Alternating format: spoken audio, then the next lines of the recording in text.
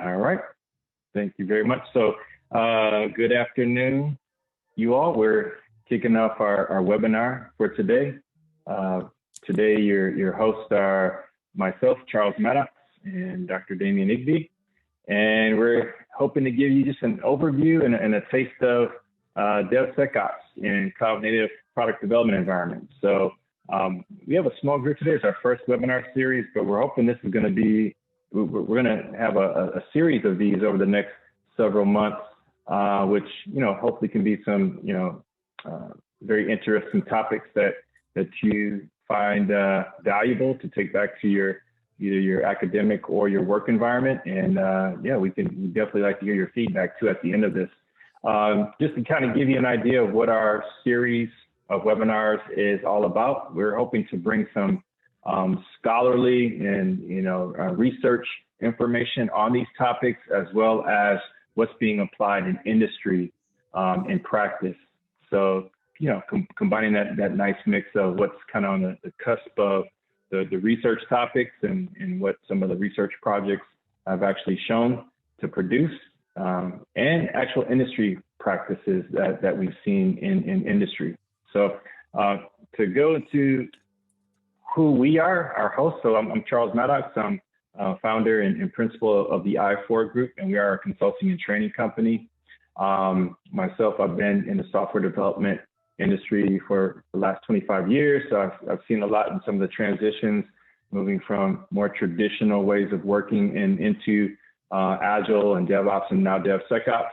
And I'm actually a research student as well, myself at the University of North Texas, actually studying DevSecOps. And I even call Dr. Damian my mentor. He's kind of the front runner, and I know the Dallas-Fort Worth industry, where we're both here, local Dallas-Fort Worth residents.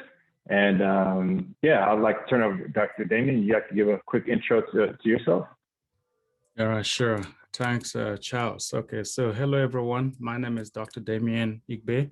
I have a PhD in computer science now for about 10 years. And before then, I've always been in IT. So I tell people it's the only field I've ever worked in. So it's kind of like my life experience that I bring on board whenever I'm in a panel or any kind of discussions like this. So hopefully today we have some value to give to you guys for attending. Thank you. All right. Thanks, Dr. Damian. Just as I mentioned too, both Dr. Damian and I we're both industry practitioners and scholars and students. I don't like to claim to be a true scholar like Dr. Damian quite yet. I'm still working on it, but doing my research projects in this area and learning a lot, and actually very fortunate to apply some of the things that I've been working on the last 25 years and actually research these things in depth. So overview of what we're going to cover today is we're going to talk first about what is Industry 4.0. And Industry 4.0 is kind of it's kind of the tip of the iceberg on why DevSecOps is getting so popular these days. Then cover DevSecOps at a high level, why DevSecOps, what are some of the problems in the industry that are driving the need for DevSecOps. And they cover some of the processes and practices that we've seen, a lot of companies trying to adopt, and what the research is suggesting are some of the common approaches and the common pitfalls and pains that everybody's trying to adopt. And so kind of looking at the best case scenario, what are these core practices that and principles of operating a good DevSecOps environment? What does that look like in laying that foundation out? Then Dr. Damian is going to take us through a use case scenario where actually using a Kubernetes cluster and actually show some of the various levels of security and how they're implemented in actual code. We'll do a simulation on that so you can actually get a taste of what that would look like building a cloud application. And then last but not least, we're going to talk about, if you're interested in learning more about DevSecOps and kind of what what might be a learning path or an approach to kind of get involved in this industry, we're going to give you some information on that as well. All right. Since we got a small audience, I would say let's at this point until it's actually necessary, you guys could raise your hand, use the reactions button in your panel, your Zoom floating panel. You can use the reactions your reactions button to raise your hand, and you can ask questions real time. Since we have such a small audience, we can make it collaborative that way. If need be, if you think you don't want to do that, we are monitoring the chat as well. So type your question in the chat, and we can answer that question when the webinar is over, towards the end of the session here. Okay. All right. With that said, we'll move on. So, Industry 4.0. So let's talk a little bit about that. So the term Industry 4.0 has become popular in such that we have a lot of technologies now that are being created in the cloud and being driven from the cloud architectures in our current workspaces, right? So just think about, cell phones controlling, starting your car. Think about, thermostats, refrigerators connected to your internet. I mean, just I put a pure water filter on one of my faucets, and I can monitor that through the internet on how many gallons I'm using. So more and more so these days, we have technologies communicating through cloud infrastructures that are really driving the new economy. There's so many opportunities in this new economy for that. I mean, contrast that to, looking at the previous industries, going way back to the industrial age, mass production age. And then more recently, you got some, your automation and computer age that is a predecessor to our current information age, or you call it Industry 4.0. There's very distinct ways of working as well in those previous industries, these previous, revolutions, we'll call them. And to that point, if you think about it too, the management structures that were in place for these different industries and different revolutions were aligned a certain way for those industries, for those, those revolutions, those types of industries that were in previously. So what we're facing right now in today's space is not only just a blend of new technologies, but a new way of applying management structures and constructs around these new technologies that we have. Very fast-paced, a lot of feedback, very cross-functional, a lot of new, the agile revolution, the DevOps, the DevOps ways of working. These are the things that are necessary to kind of keep pace with these technologies and the pace of these technologies, how fast they're moving. And then, so you take security and you align that with, the need for security changing at such a fast pace along with these new technologies.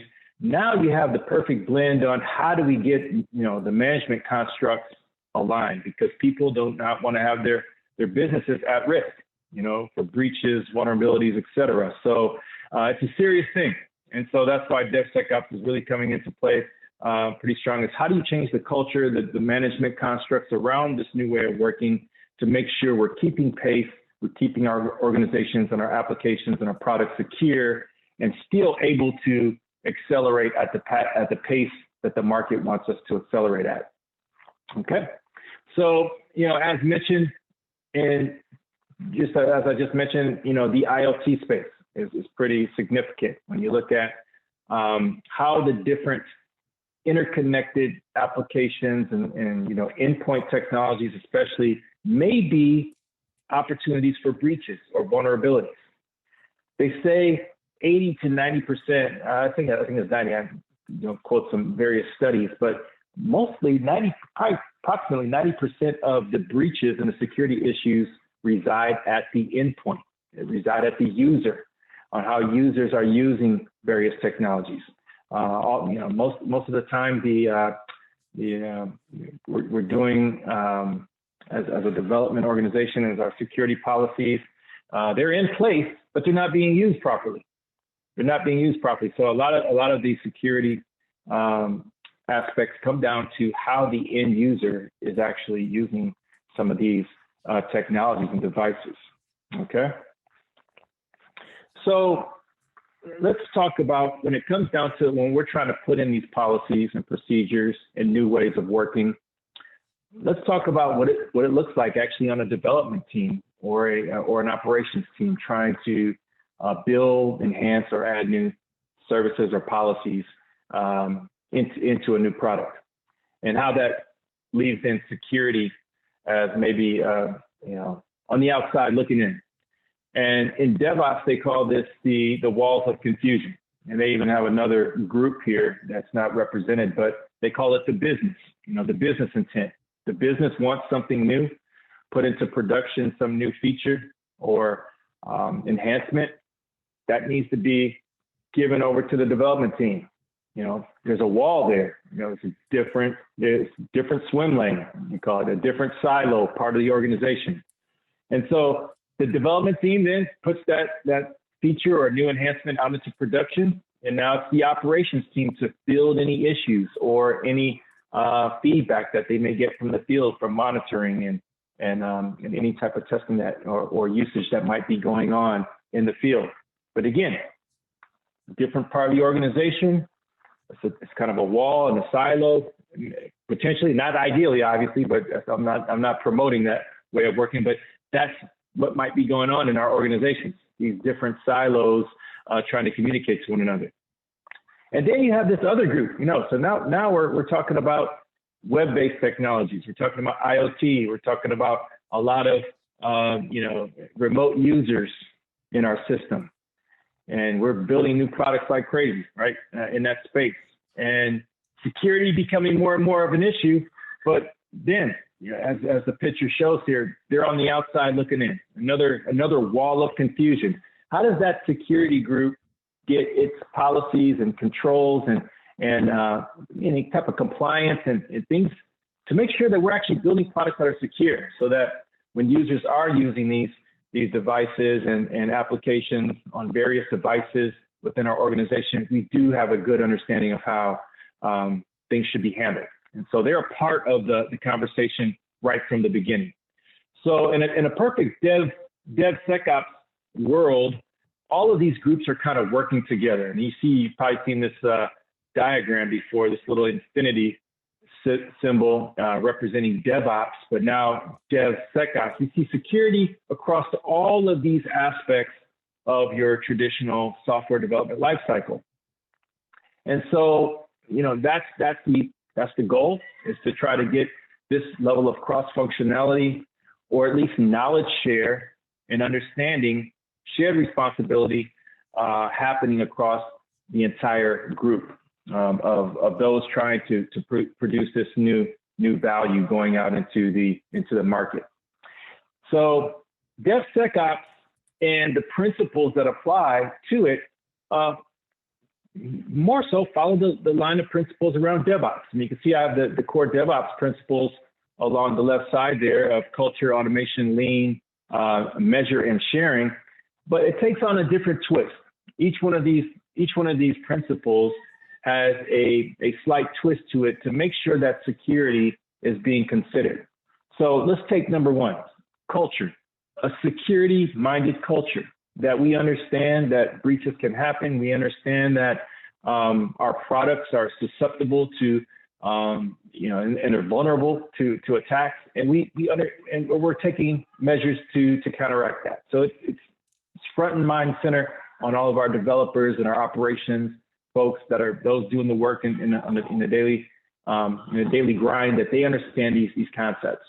Automation, that our automation tools can take the initiative to actually automate some of this security testing, security scanning, that we're making sure that wherever possible, just like in DevOps, to kind of create that flow of value going at the optimized, in the most optimized way, that we're considering how to automate wherever possible.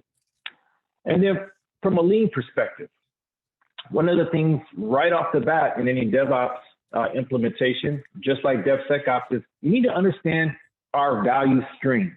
How does value get out the door from a business ask all the way to production, and understand those steps in the value stream, and understand where are the points in which we need to be applying security and making sure security is being considered in these various aspects of the value stream. So it's a tool, actually, a value stream map to look at how we're actually mapping our security policies and our security approach to the organization. So a very good tool that we can actually take from Lean. And then measure, as in any DevOps implementation, being able to measure the from development all the way through to production and monitoring. We need to make data-driven decisions, and data should be driving how we actually react to security as well, giving us the opportunity to proactively make security changes or enhancements or put in security policies in place by the simple fact that we have a data-driven approach to our DevSecOps pipeline. And then the sharing of information. That's one of the actual challenges I'm going to share with you in a few slides, is that typically there's a very small fraction of individuals responsible for security in a typical organization versus those building and enhancing and supporting new products. It's up to that small group of security focused individuals in the organization to share all this information about how do we need to secure our products, how do we need to add security policies into our development pipeline. And it's a big task.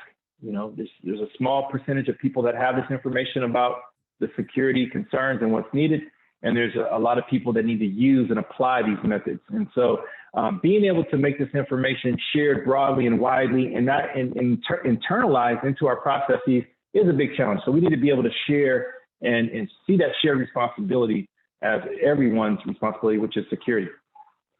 So this is right out of a research study, and I'll provide when we provide the notes to this study, we'll provide the link to the actual study in the reference. But it's a very good picture, I thought, that shows how the different security controls may be applied to the different workflow stages within your development pipeline. A lot of the different security, so let's take the very first segment on the far left. In your continuous planning and development cycle for the practices there, continuous planning, continuous exploration, and getting new backlog items into your team's backlogs, and how do you plan and deliver on some of these things. So things that we could actually be applying from a security controls perspective, like threat modeling practices, architectural designs that account for security, certain guidelines and controls to make sure that we are putting into our IDEs from a developer standpoint. Going on into the build process, we're actually putting in, applying development practices that align with our security policies that are needed. Unit testing, some of the security practices around that. Infrastructure code analysis, static code analysis, security scans. And so all the way through the entire continuous delivery pipeline, there's some controls and some practices in guidelines we might think that might apply for the products that we're working on. So a very good model here to kind of analyze and look at how this might be applied in an actual environment. And Dr. Damian is going to give a simulation where we're going to actually touch on some of these areas where you actually can see some of these in play and how they may work in an actual cloud development scenario.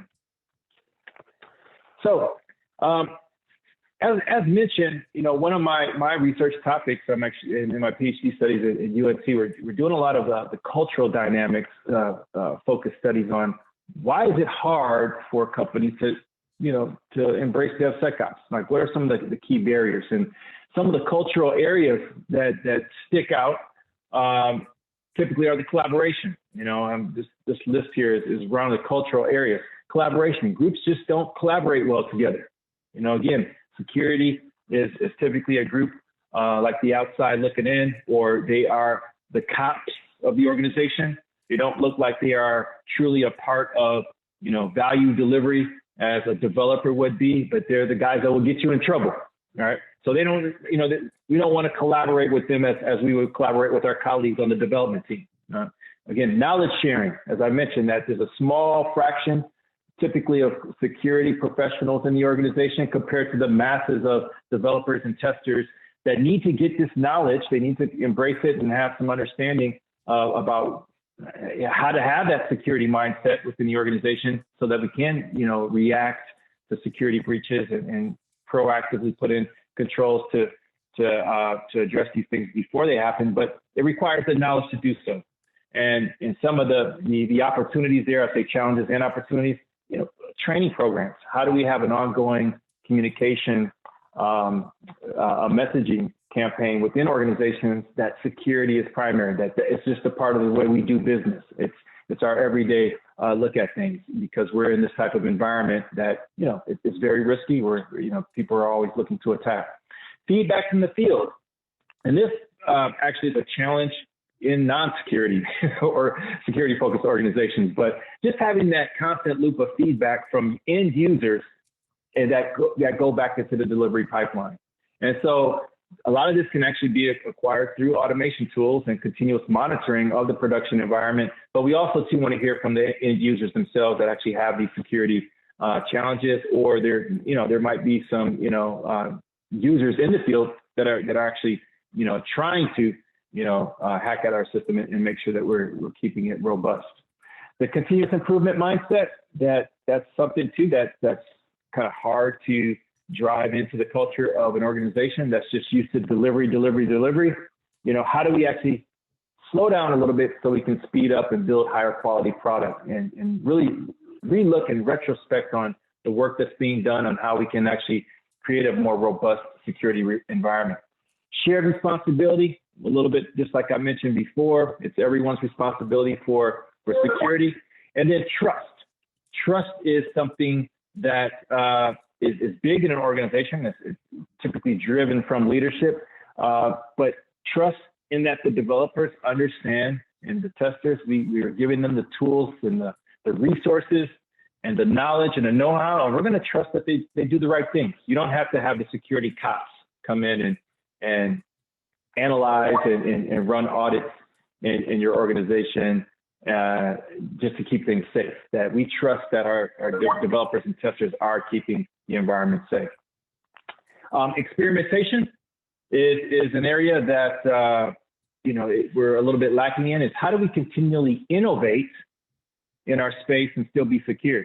So it's a challenge that still being worked on. Again, it's a kind of a piggyback on trust, that we actually trust our technical folks that they can experiment and still be safe, using some of the guardrails that are in place, and we trust them to abide by the guardrails. And we should still be able to innovate in a secured environment with that trust in place. And the last but not least is leadership. Leadership is really driving this, all of these aspects here, because a big part of adopting a DevSecOps organization is the cultural dimension. So that DevOps principle, number one, you change the culture of the organization. Actually, you actually, culture comes last, right? So that's something that all organizations are driving towards, trying to improve their culture, and having a culture that's ready to adopt these practices and experiment and innovate and drive continuous improvement. You'll find a lot of success there. So with that said, I'm going to turn it over to Dr. Damian, and you can give us some actual examples of what you've seen. All right. Thank you, Dr. Damian. Sure. Thanks, Charles, for that great overview of DevSecOps culture. All right. So in this presentation, I'm just going to talk about a sample microservice and highlight some of the challenges you may face once you start to migrate to a microservice-based architecture. For those of you who may not be that conversant with microservices, this is the new application architecture that people deploy when they migrate the application to the cloud. Now the cloud is the new normal, but we'll be using on-prem environment for deploying our applications. So the architecture of applications in the on-prem, we call it the monolith architecture. But as we move to the cloud, we have to redesign or refactor these applications to ensure that they are able to leverage the features of the cloud. For example, scalability. We have to ensure that our applications are well scalable in the cloud. Also, in the cloud, we have to do pay-as-you-go. So We want our application to be able to minimize our costs so that we don't have to pay a lot of money. So applications have to be redesigned to follow this microservices-based architecture. If you have used Netflix, to watch movies, which I believe most of us here have, then you are looking at a typical microservice-based architecture.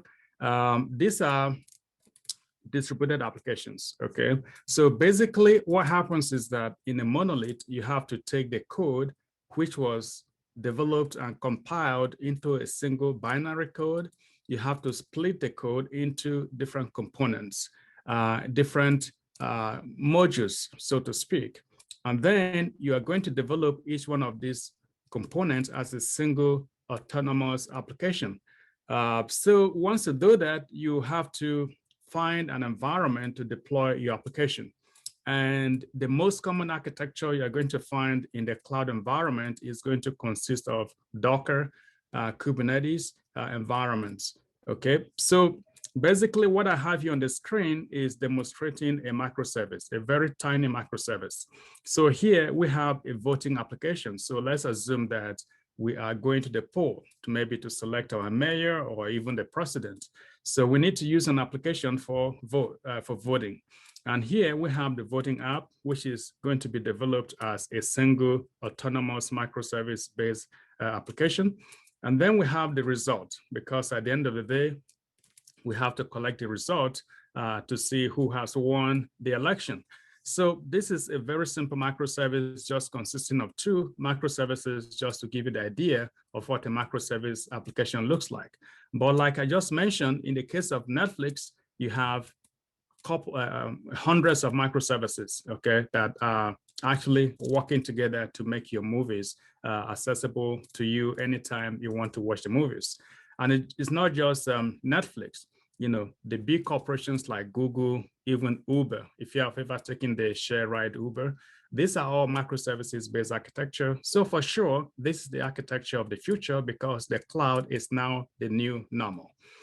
At the same time, even though these applications are good, they're, like I say, they are built for the cloud, they have a lot of challenges. And most of these challenges we're going to talk about today is going to be mostly from security perspective.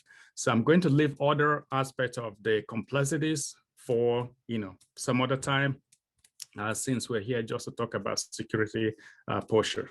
All right, so I'm going to show you the architecture of how deploying this kind of a simple microservice in the cloud, what the security posture is going to look like. And, Charles and I, we thought these areas we should continue to inform people because security has to be thought of as a mindset. Everyone in IT now, we need to think about security as a mindset because security hacks are real. And I say this because before I started delving into security, I wasn't taking security seriously. But once you start seeing what is happening, you have to take security very, very seriously. And in fact, we've been hearing about all these issues about election, intervention and the rest of them. These are real. Okay. Just last week, I got a letter from my bank. It's called a Flagstar. It was actually more for my mortgage. And they sent me a letter. Normally, I wouldn't read most of these kind of letters, but I happened to open this one and I was glad I did because they were reporting that their infrastructure was hacked and a lot of people's accounts have been affected. So basically, they were just informing the customers and talking about things that we may need to do to ensure that maybe if our credit card details and stuff like that have been stolen, that at least the government is aware that we were part of this hack and stuff like that. So yes, security is hacks are real, and as we continue to work on this kind of new architectures, we have to be aware because being informed is pretty much the first thing that we need to do.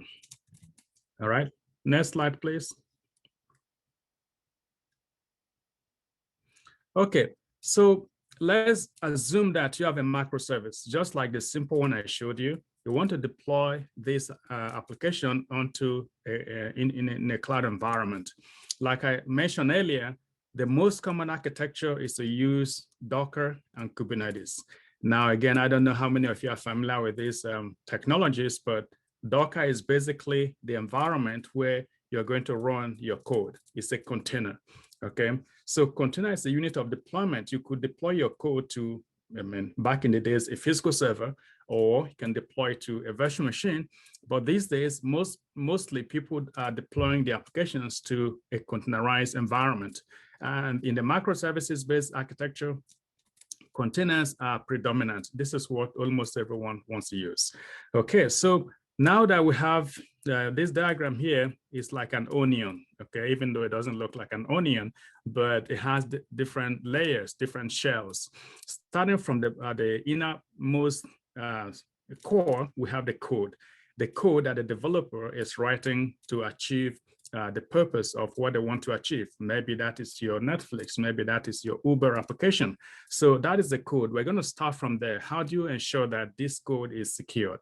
Then you move from there to the next layer, and the next layer is your container. That is your Docker environment where you're going to run your code, like I just mentioned.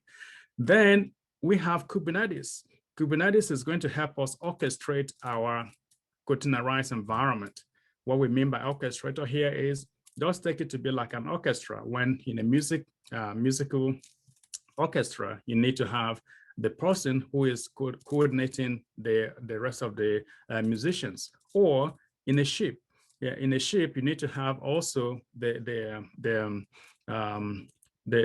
captain of the ship. The captain of the ship is going to ensure that things run smoothly. So actually, the word Kubernetes is from the Greek word for captain. So the Kubernetes environment is going to be the one that will coordinate all the different containers that you have in your environment. And that is mostly from the perspective that the containerized environment is complex, like I mentioned earlier. So you need something like Kubernetes to help us orchestrate, coordinate, organize, to ensure that our application run as smoothly as it should run. So we're going to look into that. And then the final layer we're going to look at here is going to be the cloud environment. Like I said, the cloud is a new normal, and mostly people are running all these microservices-based architectures in the cloud. So all these four layers, we have to ensure that we take care of the security at each one of these layers. And I'm not going to go too deep into any of them. It's just to give you an overview of how this kind of an environment looks like. And also, if you look carefully, each one of these starts with C. So you can easily say that this is the 4 C's of a containerized environment, 4 C's of security of your containerized environment. All right, so with that overview, we can start with the code. When you write your code, what are the things that you have to make sure that you take care of? Number one is the library that you're using. You know, these days we work a lot with a lot of open source libraries. And in a typical environment, in the typical code, you could be connecting to a lot of other libraries that will help you with one thing or the other as you run your microservice. And most of these applications, most of these libraries that you're going to be using, they're actually well documented by CNCF. CNCF is Cloud Native Computing Foundation. If you go to their website, cncf.io, they have something called the landscape, the CNCF landscape. In there, I'm not going to be able to show you just because I'm not so much sharing my screen, but you can always go and visit it. You see that there are so many applications. I would say more than 100 for sure. There are libraries that are available for you in the open source community that you can use to build your application. But how are you sure that those applications are actually properly secured? How are you sure that all the security vulnerabilities in those applications have been taken care of? So as a developer, you can't just take those applications and assume that, yeah, the developers have done a good job. No, you have to also do your own due diligence in making sure that any security vulnerabilities in those external libraries have been properly taken care of. And if you're not aware, you will not be able to do that. So that is one thing with the code. But also, we know there are developers, but there are those that are also more concerned with security. They want to ensure that the code they're writing is actually very, very secured. So you need to look into the language you're using to ensure that you're using the security best practices for your language. For example, if you're using something like, let's say Python, you want to look into the security best practices for Python. And I use this as an example because, even simple websites, I mentioned big hacks earlier involving big organizations, but common people, their websites have been hacked. If you want to do some experiment, if you have a website, just go in there and check your logs, frequently to see what is going on, or even put a packet sniffer to see what is going on. And I bet you're going to be scared to see the amount of traffic coming at your website.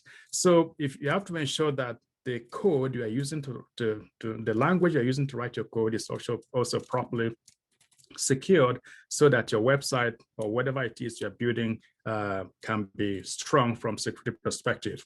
All right, so just two things you could do from the code, just making sure that your developers are well aware of these things. And Charles also talks about shifting security left. So there's this concept of shifting your security left or right.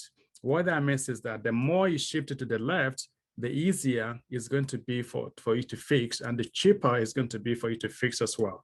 Which means if you have security as a mindset, if you take into consideration security right from the time that you are designing your application, then it's going to be a lot easier to fix than if you leave it until some later time. So you can imagine, for example, if developers can discover the bugs in their code as the application is being tested, it's going to be a lot cheaper to correct than when the application is already live. If the application is already live, then maybe you have to let your customers know, just like my bank let me know earlier that I told you guys about. So ensuring that your developers, they start with security first. Security first is the number one important thing to do here. All right, then we can move from there to the container environment. In the container environment, you have to deploy your code to the container. Before you do that, there's a concept of packaging your code. You have to package the code into an image. In this case, a Docker image. Once you package the code into a Docker image, you have to upload the code to a registry. In this case, we can say Docker Hub, which is a public registry. All right, so it is your code, but before you can run it, it has to be resided somewhere in some repository. Now, this repository could be public or it could be private. Of course, from security perspective, you want to ensure that it's private so that people don't have access to it. But I want to let you know that the battleground these days is on the container image, because if I, as a hacker, manage to go into your image and inject some code, okay, it can be any cross-script code to make sure that when a user click on that, it goes ahead and do some other stuff on some other website, or SQL injection, or whatever it is. If someone managed to put that into your code, then you have a threat waiting to manifest. It's more like a time bomb. It's just a matter of time, and the bomb is going to explode. So we have to ensure that the registry where we store our code are properly secured. And that is why most registries these days are going to have a way to scan their image. They're going to put scanning into their CI/CD pipeline so that at any point in time, they ensure that the image is actually safe and is still safe. It's safe at the beginning, but it's still safe even as they're using it continuously, so that if there's anything that they have to be aware of from security perspective, they can take care of that immediately. Okay, so making sure that our registries are secured, making sure that our images are secured is very important. Okay, so within the container itself, you can also do a lot of other stuff. In security generally, you want to make sure that you reduce your attack surface. Okay, the concept meaning that, and Charles mentioned it earlier as well, when people are trying to attack you, it's always at the point of entry. Okay, most security happen at the point of entry or at the point of exit, because that is where people can come in. It's like you have your building, right? The easiest way for people to come in and attack you or steal or whatever is through the door. okay, it's because that is an exit, or to the window because that's also an exit. It's going to be more difficult for them to come in through the wall because that means they have to, try to break the wall or something. So it's the same concept in security. Here, we need to ensure that we reduce our attack surface to make it very, very small. And some of the things we could do in that regard is to ensure that, first of all, the image that we're using as the base image, okay, if you go to the next slide, please. I think it's probably the last slide. Last one. No, next one. Okay, here, thank you. So here, this is a simple file called a Docker file. If you wanted to build your image, this is how a Docker file looks like. You have to say from. That from means you have to specify a base image, the image you are going to build upon. In Docker environment, you have to, they are building layers. So someone has to build some image for you to build upon. So you always have to have that statement from. So that the from image that is there, you have to ensure that that image is also secured. And you have to make sure that that image is properly hardened from security perspective. For example, if you don't need to have SSH running, don't have SSH running on that server. Any application you don't want to have running, remove it so you can reduce your attack surface. If you don't want anybody to be able to change permissions, remove changing of permissions on that code. So basically, any port you don't need, any application you don't need, any library you don't need to make sure that all that is removed from the base image and also from your own application. By doing that, you are reducing your attack surface. So that's another thing you could do. Also, Docker containers are kind of, they are tricky because they need certain privileges to be able to work, to be able to run, which means in Linux, they could be running as root with a root privilege. But that is dangerous because anybody that has access to that image could execute a lot of things as the root user. So it's also good to be able to reduce the privileges of the Docker user that is trying to run the application in your image. So things like that, you have to be able to take care of a whole series of things within the container environment that you're trying to use for your application. Okay, can you go up, please? Back to where I was. All right, thanks. So that is the second layer, which is the containerized environment. Then we need to move to the cluster environment. This is the Kubernetes cluster. Now, as the orchestrator, this is what people cannot do without these days when they are running their microservices-based applications.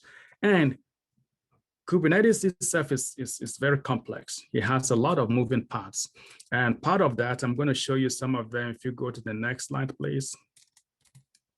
Okay, so here's what the Kubernetes architecture looks like. Just to be able to run your microservice application, you have to deploy Kubernetes in what we call the cluster, the Kubernetes cluster. And this comprises of a lot of services. Kubernetes generally is divided into two layers. You have the control plane, like you can see here, the control plane to the left of the screen, and you have the nodes to the right of the screen. So inside the control plane, you have the Kubernetes API server, you have the kube scheduler, we have the kube controller manager, they have the kube controller, then they have the cloud controller manager, you have the kube controller manager.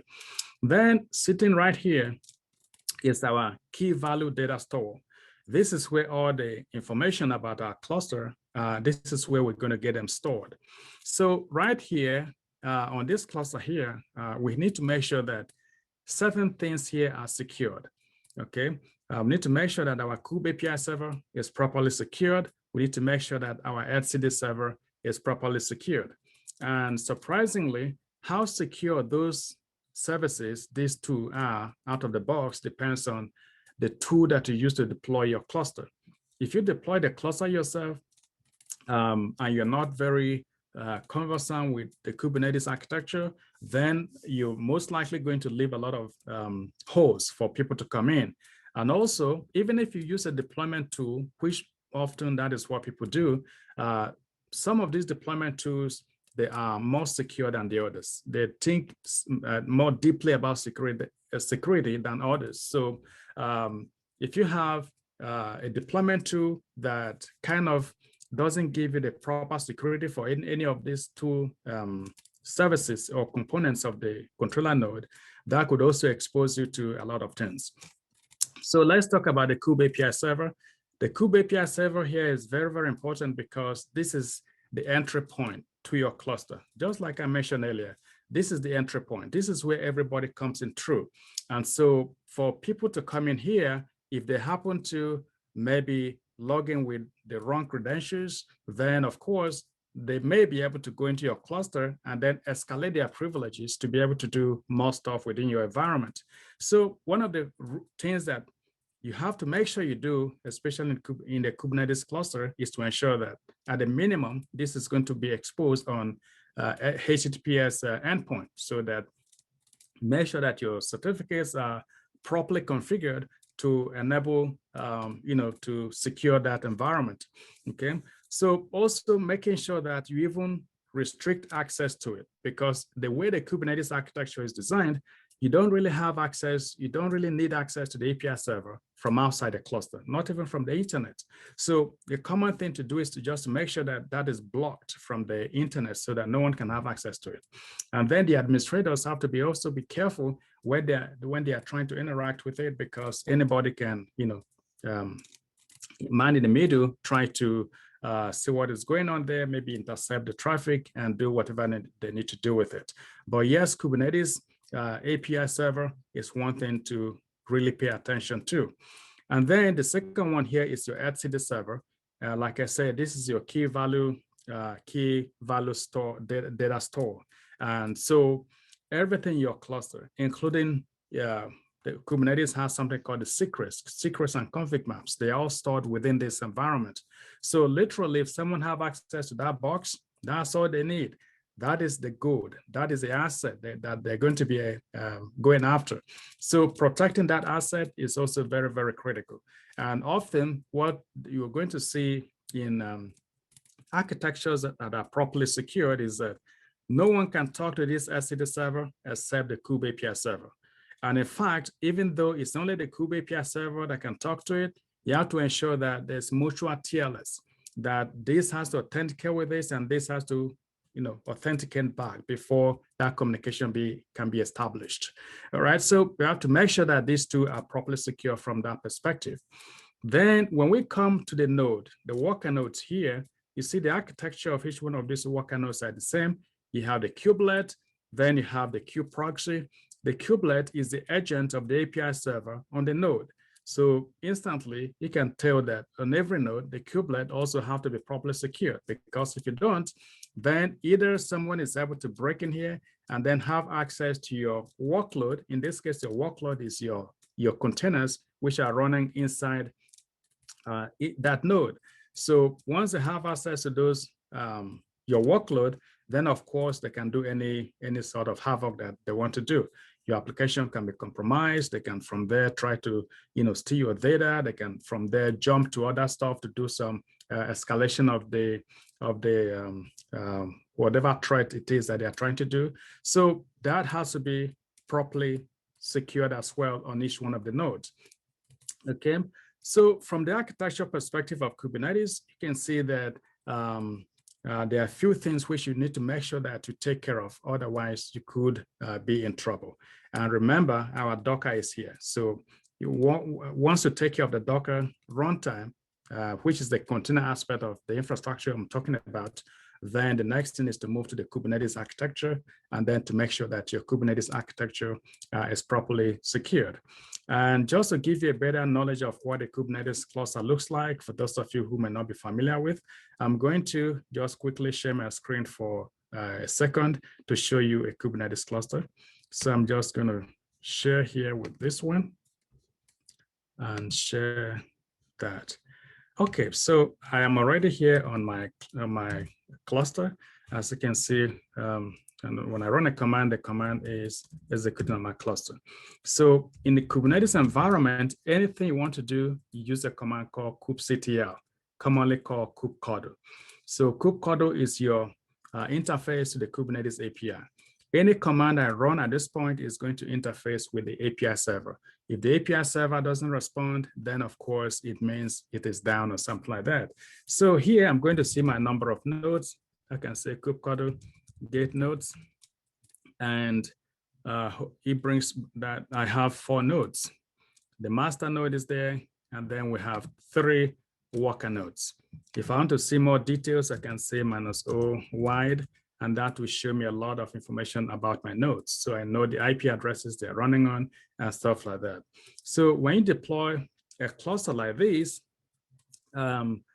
comprising of these 4 nodes, there are basically 3 steps that happens before you can actually get access to this response. So from the time I type this command to the time there's a response, 3 things happen. First is going to be the authentication. Okay, I have to get authenticated. You don't see that happen here because I'm using certificates. So Kubernetes is designed to have certificates so that at the point of entry, we make sure that at least that is taken taken care of. All right. So after the authentication, there's the authorization. And Kubernetes can easily use what we call the RBAC, role-based access control. So if I did not, if I create a user here and I don't want that user to be able to do anything other than list my pods, I can do kubectl get pods. This shows me my application that is running. So here it shows I have some application running here.